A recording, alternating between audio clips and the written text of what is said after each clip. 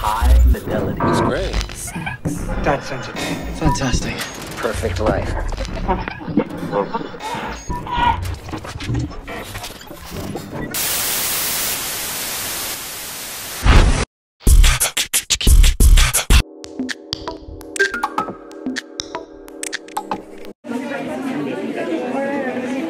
Bien, Lucilien, bonsoir.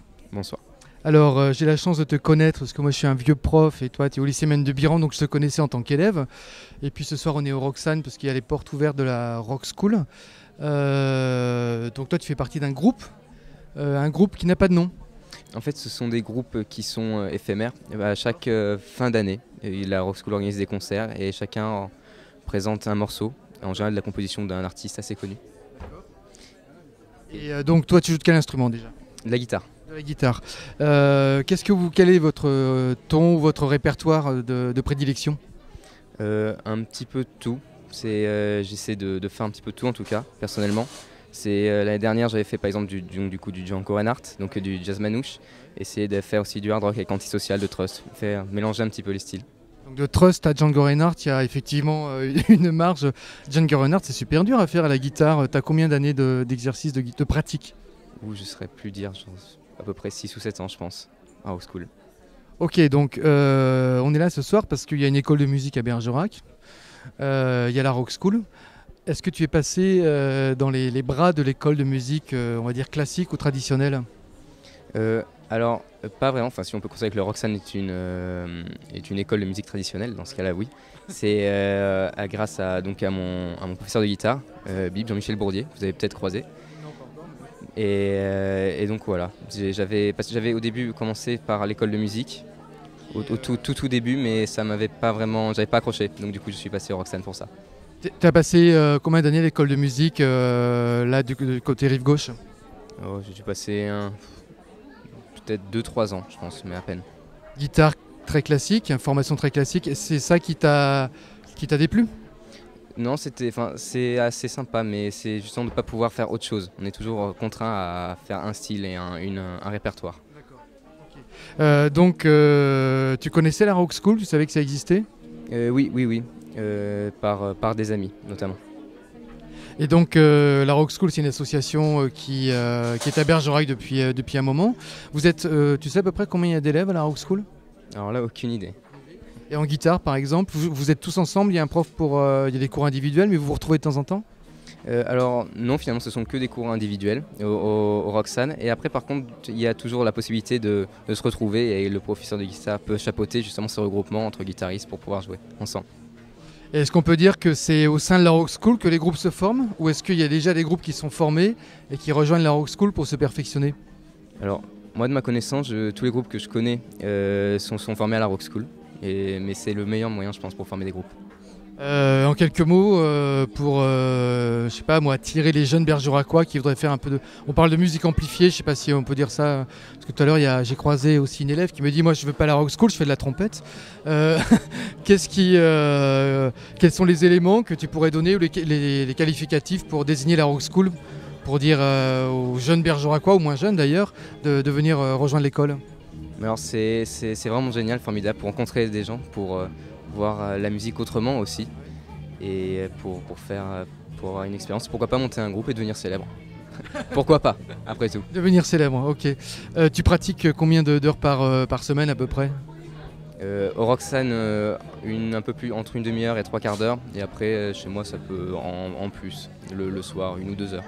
Et donc tu arrives à mener les études de front, l'aviation et tout, ça va ? Ça passe à peu près, j'essaie en tout cas. Ok, ben merci Lucilien, et puis je crois qu'il y a les balances qui t'attendent si ton groupe arrive.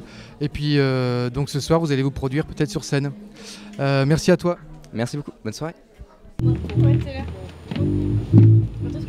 Sandrine, bonjour. Bonjour. Tu étais très occupée parce qu'il y a une queue monumentale, il y a beaucoup d'inscriptions. Donc on va commencer par ça. Combien d'adhérents à la Rock School à Bergerac ? Alors, il y a environ 110 élèves qui prennent des cours ici au Roxane, que ce soit en chant, basse, batterie, guitare, piano. Ils sont à peu près 110.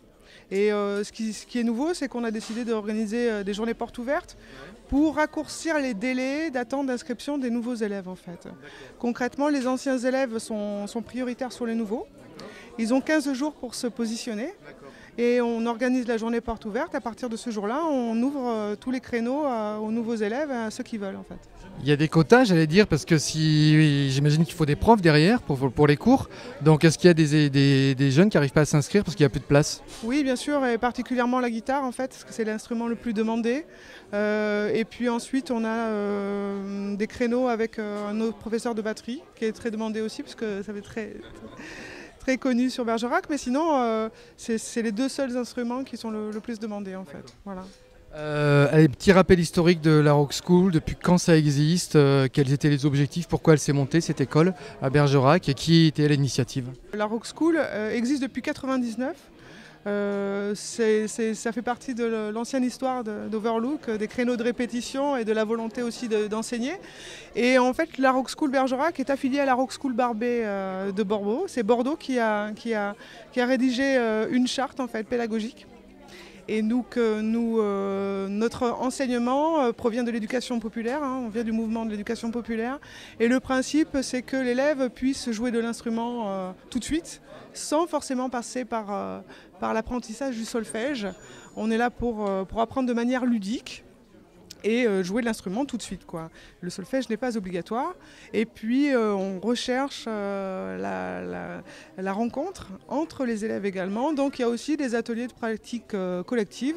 Et puis derrière tout ça, il y a l'idée de créer des groupes, de favoriser la création, mais également de faire vivre le lieu Roxane, quoi. Voilà. Alors c'est vrai, on a rencontré là des élèves de la Rock School qui expliquaient que les groupes se formaient en fait au sein de la Rock School, c'était pas des groupes préexistants, donc ça c'est plutôt bien. Est-ce que vous avez tu parlais de Barbet, mais vous avez à part cette convention, enfin le montage de l'association, vous avez des liens avec Barbet? Est-ce que les élèves de Bordeaux rencontrent ceux de Bergerac? Est-ce qu'il y a des concerts communs ou pas? Non, mais par contre, ce qu'on est en train de faire, c'est que la Rock School Barbet a 15 lieux affiliés à Barbet, et il y a une salle qui est au Québec, qui s'appelle Ampli. Et on essaye de monter un projet d'échange culturel entre la ville de Québec, la salle Ampli, et le Roxane pour fin juin et début juillet. Et là, on essaye de monter, on est dans la recherche de financement, de recherche de partenaires financiers. L'idée, c'est d'emmener 12-15 élèves de la Rock School qui ont entre 15 et 18 ans. De les amener jouer au Québec avec des élèves du même âge qu'eux et de monter un concert là-bas. On est en train de monter ça. Donc avec la Rock School Barbet, on se voit actuellement pour redéfinir la charte pédagogique, l'image de la Rock School également, les nouveaux projets. Mais là concrètement, on va essayer de monter ce projet à Québec. Bien, on va parler gros sous parce qu'on parle de financement et les financements c'est très compliqué, surtout dans cette période. Quels sont déjà les partenaires de la Rock School? Alors les partenaires de la Rock School, il y a la communauté d'agglomération bergeracoise bien sûr, le conseil régional d'Aquitaine, le département de la Dordogne, et puis vous avez également la DRAC, bien sûr, le ministère de la Culture.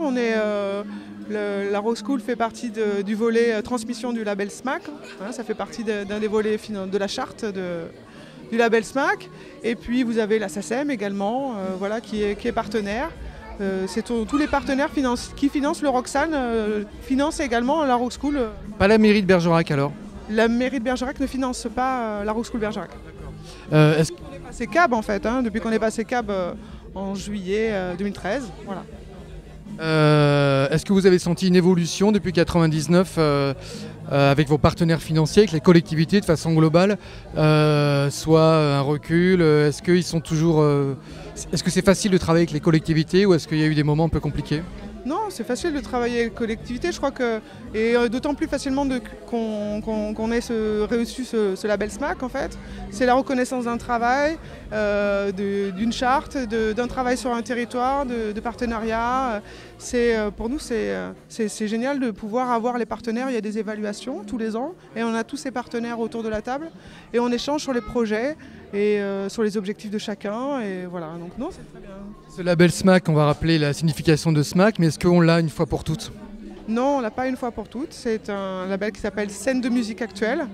Et non, bien sûr, on est évalué chaque année sur le projet. Éventuellement, oui. Ouais. Alors, je ne sais pas s'il y a eu des précédents d'autres salles de musique actuelle, mais je suppose que c'est possible, bien sûr. Bien, et puis autre question un peu grossière, mais Voilà, il y a une école de musique à Bergerac. Est-ce que, vous allez me dire non évidemment, mais est-ce que vous êtes en concurrence avec cette école de musique? Pas du tout, on est sur une pédagogie différente déjà. Et on va essayer de monter un partenariat, puisque là, ce que vous êtes en train d'entendre, ce que vous voyez les élèves sur scène, préparent dans un atelier de pratique collective, préparent un spectacle de fin d'année et on fait des concerts hors les murs. L'an dernier, on a appelé l'association du Trèfle Gardonnais à venir partager la scène avec nous. On va renouveler ce partenariat avec l'association du Trèfle Gardonnais et on a même tendu la main à l'école de musique pour essayer d'avoir la classe de section cordes. Je crois qu'ils sont 10-12 élèves en section corde pour qu'ils viennent partager la scène avec nous. Non, on n'est pas du tout en concurrence. C'est une pédagogie qui est différente, une manière de travailler qui est différente, mais qui est complémentaire. Et justement, il faut essayer de trouver des passerelles. Et on va essayer de faire ça cette année par le partage de la scène, quoi. Voilà, parce que nous, on ne travaille pas forcément sur partition, on travaille sur partition, on a des méthodes de travail différentes. Et cette année, on va essayer de faire quelque chose et voir comment ça évolue. Il y a tout un tas de projets à monter, bien sûr, avec l'école de musique de Bergerac. Parce que c'est vrai, c'est une philosophie ou des objectifs assez différents, une mise en œuvre différente. Tout à l'heure, on a interviewé des élèves qui ont commencé par l'école de musique et qui nous disaient que le cadre était un peu restreint, on voulait s'ouvrir à d'autres formes de musique. Est-ce que pour ça, on peut dire qu'en France, on n'est pas toujours très bon et que dans les pays anglo-saxons, on est plutôt dans la philosophie que la Rock School opère? Qu'est-ce que vous en pensez? Vous avez un peu d'expérience là-dessus pour que, ne serait-ce que en Angleterre, en Allemagne, les chorales, mais même les groupes de musique, il y a une approche de la musique qui est radicalement différente de l'approche académique française. Ça, vous l'avez ressenti? Non, je ne suis pas très au fait de la pédagogie sur les pays étrangers. Ce que je sais simplement, c'est que ici, ce qu'on recherche, c'est l'éveil de l'élève et puis favoriser la rencontre entre élèves et faire en sorte qu'on puisse apprendre un instrument en s'amusant, quoi. Voilà, vraiment, on est là pour s'amuser. Il n'y a pas d'objectif, il n'y a pas de diplôme, il n'y a pas d'évaluation. Voilà. Et il y a la scène pour ceux qui le veulent. Hein, c'est pas obligatoire. Non, c'est pas obligatoire. Sur les 110 élèves qui prennent des cours ici, il y en a 60 qui participent au spectacle de fin d'année. C'est pas obligatoire. Et puis ce qu'on essaye de faire, c'est qu'on mélange les profils, donc les âges, c'est mixité générationnelle, culturelle. On se moque de savoir qui fait quoi dans la vie. On est réunis autour de la musique. Et c'est ça l'éducation populaire aussi. Hein, voilà. Donc, j'ai une question bête, mais c'est ouvert à n'importe quel âge, de 7 à 77 ans ou quoi? À partir de 8 ans. Voilà. Ouais, à partir de 8 ans. Les élèves qui ont passé le bac, qui s'en vont souvent de Bergerac, qu'est-ce qu'ils font après? Ils reviennent, ils continuent la Rock School ou c'est trop compliqué? Non, c'est trop compliqué. Une fois qu'ils ont quitté Bergerac, ils viennent sur les concerts. Et ils viennent nous serrer la pince quand ils reviennent voir la famille à Bergerac. Non, ils peuvent pas revenir. Et d'ailleurs, c'est marrant, cette année, on est sur une année également charnière, parce qu'on a perdu toute une génération. Et tous les 3 ans, on a un cycle. Il faut renouveler les anciens élèves qui sont les locomotives, qui ont 2-3 ans de bouteille chez nous, qui étaient les locomotives du spectacle de fin d'année, et on les renouvelle. Donc là, on est reparti pour un cycle nouveau de 3 ans. Allez, ultime question, est-ce que vous avez un souvenir particulièrement marquant de votre expérience, de votre travail à la Rock School depuis que vous y êtes? Vous y êtes depuis quand d'ailleurs, 99 ou... Moi je suis au Roxane depuis, l'association Overlook depuis 2002. Et la Rock School telle qu'on la connaît aujourd'hui, elle existe, je l'ai reprise il y a 3 ans. Voilà, parce qu'avant il y avait d'autres coordinateurs, mais moi je l'ai reprise il y a 3 ans. Mon meilleur souvenir, je crois que cette année on a fait 10 concerts, 10 dates, on est allé au Sans Réserve, on est allé faire la fête de la musique en extérieur avec l'Espace Jeune. Et je crois que c'est ce souvenir que je garde, c'est le partenariat monté avec l'Espace Jeune, le Bige, sur un dénominateur commun qui était la pratique artistique et la jeunesse. Voilà. Ok, merci Sandrine, et puis bon vent à la Rock School. Bon courage pour cette nouvelle saison. Merci beaucoup, merci. Mathilde, bonsoir. Bonsoir. Bien, on est Roxane ici, on l'a dit tout à l'heure, on a interviewé un guitariste émérite. Et toi, c'est un peu particulier parce que tu es trompettiste. Oui, tout à fait. Mais tu ne fais pas partie de la Rock School. Est-ce que c'est l'instrument qui veut que tu ne puisses pas intégrer la Rock School? Je sais pas trop, mais je me suis pas penchée sur le sujet de venir à la Rock School en fait, parce que j'ai déjà d'autres groupes différents. Mais par contre, je connais la Rock School parce que ma mère en fait partie, donc c'est pour ça que je suis souvent ici. Tu as commencé la trompette pour quelle raison? Alors, oula, ça remonte loin, c'est-à-dire qu'on est d'origine landais, et dans les Landes, il y a les courses landaises. Et depuis toute petite, je suis fan de tout ce qui est tauromachie et tout ça. Et j'ai toujours voulu être soit écarteuse ou sauteuse ou quelque chose dans les arènes, mais mes parents m'ont toujours interdit. Du coup, je suis allée dans une banda. Et je sais pas, j'ai toujours eu la trompette c'était inné, c'est-à-dire que même dès le premier cours, en fait, j'ai réussi à souffler dedans. Et mon prof a dit que j'avais un don pour ça. D'accord. Donc on a des parcours très différents. Lucilien est passé par l'école dite classique, l'école de musique, puis après la Rock School. Et toi, tu es passé par quel parcours? Moi, en fait, j'ai fait 4 ans de hors cursus, juste avec un prof particulier. Ça, c'était à Bergerac ou non Non, c'était à Sarlat. Ensuite, je suis venue à Bergerac et j'ai fait 1 an de conservatoire en même temps de jouer à l'UMB, donc l'Union musicale bergeracoise. Sauf qu'il y avait beaucoup trop d'heures de musique avec le lycée et tout, c'était compliqué, donc j'ai arrêté. Le prof de trompette de l'école de musique de Bergerac, il y a un lien avec l'UMB ou pas du tout?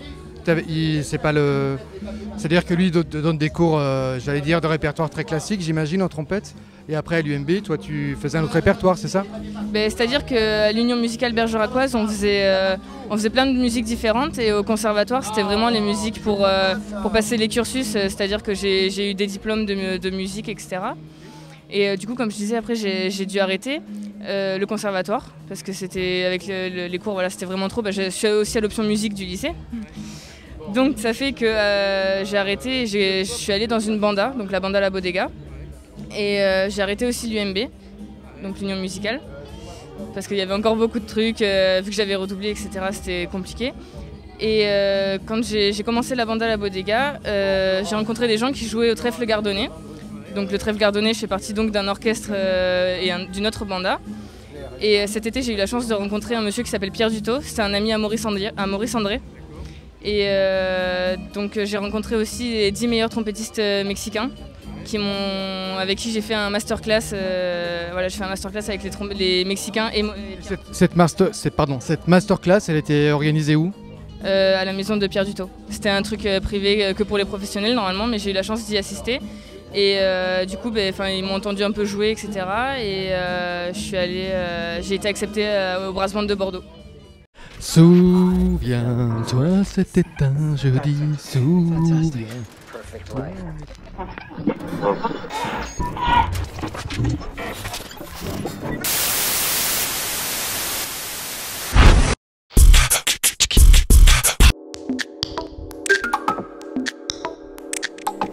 Et si tu n'existais pas, dis-moi pourquoi j'existerais.